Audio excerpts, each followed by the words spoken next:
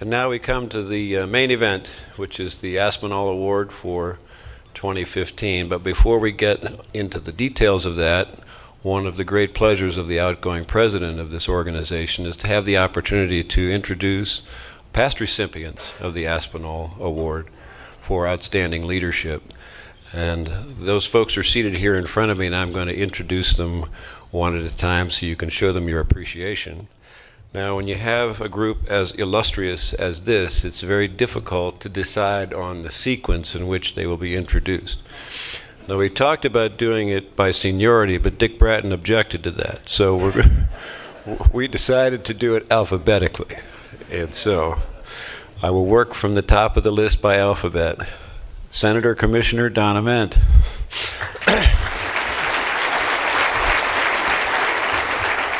United States Senator Hank Brown.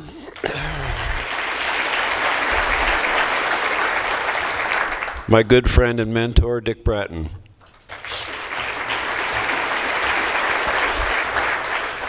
The Mayor of Alamosa, Ralph Curtis.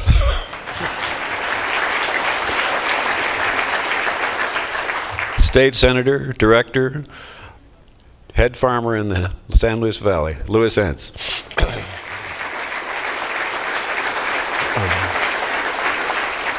The man who founded the Board of Water Works in Pueblo, Colorado, Alan Hamill.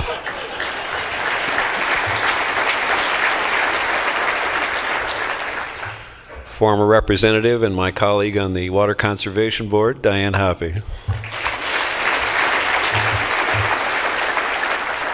Congressman Ray Kogosic.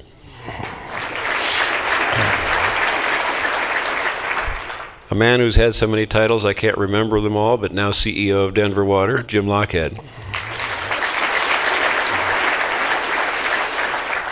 Let's see the man who built McPhee Reservoir, John Porter.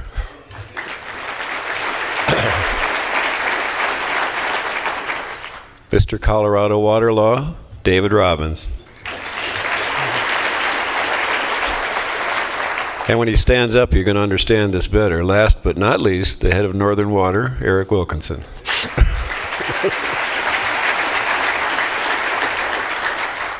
And to introduce you to the 2015 Aspinall Award winner, Mr. Jim Lockhead, last year's winner, will take the podium.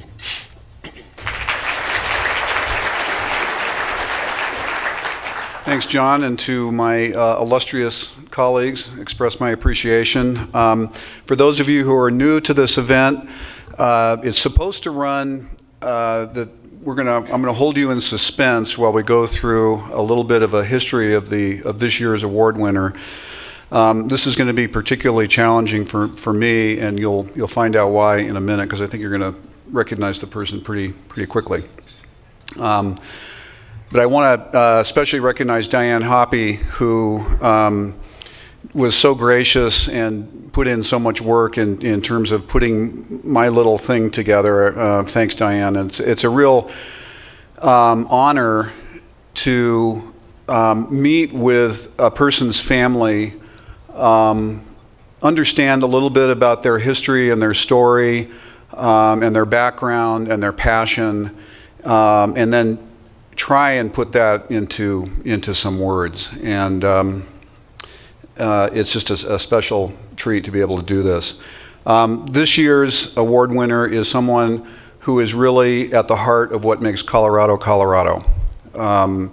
This person is representative of the values that I talked about yesterday that are in the Colorado Water Plan. Am I supposed to run this now? Okay. His grandfather came from the Midwest. They didn't have any transportation from Sedalia west, so he rode his bicycle over from Sedalia into the Gunnison Valley, where he established a ranch, started growing potatoes, and grew cattle. He put his grandson to work right away. This kid was born with an irrigation shovel in his hand. And as you'll see, it hasn't left since. Gotten a little bigger, but it hasn't left. He kept the legacy of the bicycle alive. This is his first mountain bike. He was always working with equipment. And even on the ranch, you could dress him up. Early school days, good-looking kid, but he was also a talented musician. Can you imagine the sound that is coming out from that horn?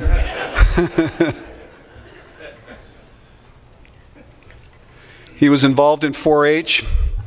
Here he is with his sister, dressing up a calf to go to the fair. Now you're going to really know who he is, but so does anybody know what FHA stands for? Future Homemakers of America. They had their eye out for this guy. He was always a leader. He was on student council. He was president of the Future Farmers of America. He was Mr. Gunnison High School. He went to CSU. He pledged the farmhouse fraternities. He was on the student council. But he only got to go to CSU for 3 years because his dad died suddenly of a heart attack, and he had to come back to the ranch and run the family business. That part of that sudden succession plan. This is the first picture that Barb took of him. I found out that Marlboro came looking for a Marlboro man, and they talked to Bill. He didn't, but I don't think he ever smoked. Did you? Okay.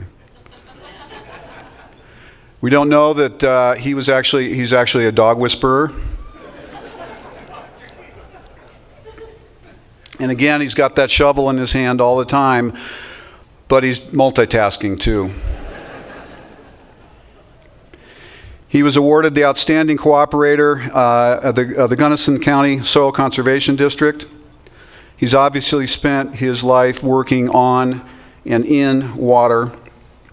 I'm told that Bill doesn't read novels, he reads water publications. He's been the president of the Gunnison County Stock Growers and received their Distinguished Service Award.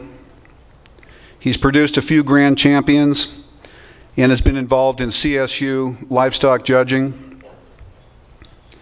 The Colorado Riparian Association awarded him its Excellence in Riparian Management Award, a very prestigious award that speaks to his stewardship of the land. With Susan Lohr, he formed the Gunnison Ranch's conservation legacy, and he spoke eloquently about that before lunch. His commitment to the landscape and to multi-generational commitment to the land and to ranching families speaks for itself. I can't begin to put into words the way he did it earlier today. And of course, for years, he was the president of the Upper Gunnison Board and on the River District Board. And as a leader in Western Colorado, he was instrumental into bringing to fruition the Colorado River Cooperative Agreement with Denver. An agreement of this magnitude requires leadership and ultimately trust. And a lot of times in the course of the difficult negotiations to bring that agreement to fruition, it took face-to-face personal relationships between board members of Denver Water and the River District and other boards. And Bill was always there. One of his quotes was, "I'd rather be at the table than on the menu." And he was always at the table. He would listen, he would seek to understand, he would look for common ground, he would negotiate hard and protect his interests, but he always looked for common solutions. Finally, as last year's recipient, as a 30-year resident in Western Colorado, having done a lot of water work on the West Slope and with agricultural producers, and now being the CEO of Denver Water, it's really, frankly, a personal privilege for me to present this award to Bill Trampy. He's not paid to get involved in water. He didn't seek elective office, and he's not a politician. He's a person who cares deeply about water, about the land, and about our state. When I was talking to Barb about presenting this, she was looking at the Denver Water website, and she looked at our organizational values, and she said, these really exemplify Bill. And I looked at them, and I'm not talking about Denver Water's values, but I looked at those, and I think that they really do exemplify Bill Trampy. A vision for the future, a passion for his legacy and his livelihood, a respect for those with whom he deals, excellence in his business operations and his stewardship, and integrity in his dealings. If we can all deal with each other on this basis, the future is bright for Colorado. It's my honor to recognize Bill Trampy as the 2015 award winner of the Wayne Aspinall Award.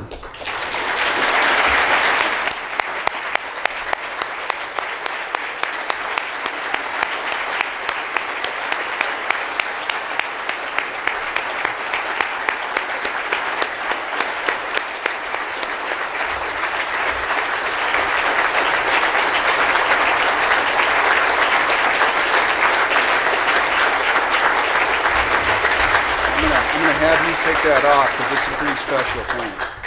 I'm going to ask Bill to unveil the award because he'll recognize it immediately, and it's pretty special. This is a painting that was done by Barb, and Bill, your family is here as well, somewhere back in the corner. Where are you all? Barb, are you here? I think, is Betty here too? You guys are welcome to come up if you want. You don't have to, but give Bill a hand.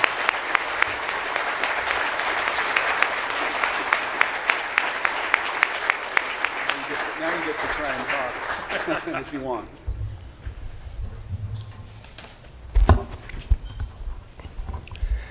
What an honor. I'm not sure I'm worthy. I see all these guys sitting in front of me here, and to be rated with them is a little bit mind-boggling. And looking out there and seeing a lot of folks that I think are a whole lot more worthy of the award than I am, I take it very responsibly. And it's a responsibility that's going to be hard to own up to, live up to, whatever you want to say, because of the challenges that are ahead of us. And I just hope that I can share it with everybody and make a difference. Thank you.